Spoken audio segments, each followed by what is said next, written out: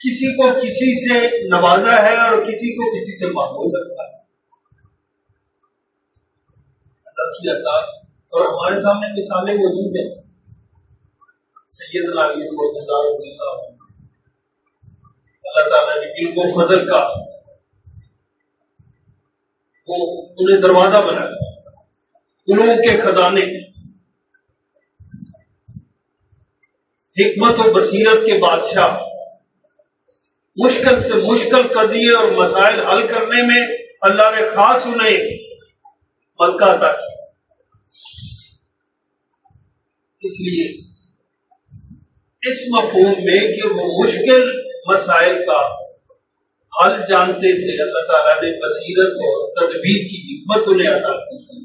اس حوالے سے اگر انہیں مشکل کشا کہا جائے، مشکلوں کو حل کرنے والا، تو وہ کوئی بری بات نہیں ہے اور غیر شرعی نہیں. اس مفہوم واقعہ فیصلے، بہترین فیصلے کرنے کے بارے میں سیدنا علی کا قول ہے، لولا علی لہلاکم، اگر علی نہ ہوتے تو میں ہلاک ہوتا.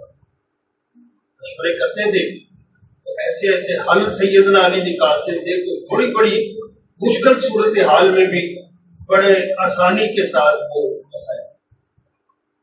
لیکن دوسری طرف مالی پوزیشن کیا ہے کہ انتہائی مفلس اور کمزور لوگوں کے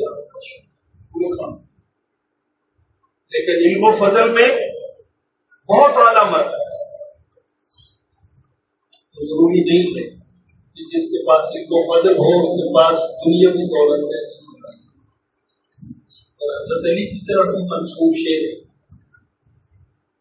لنا علم وزنا قسمت الجبار فینا، ہم اللہ کی اس تقسیم پر راضی ہیں.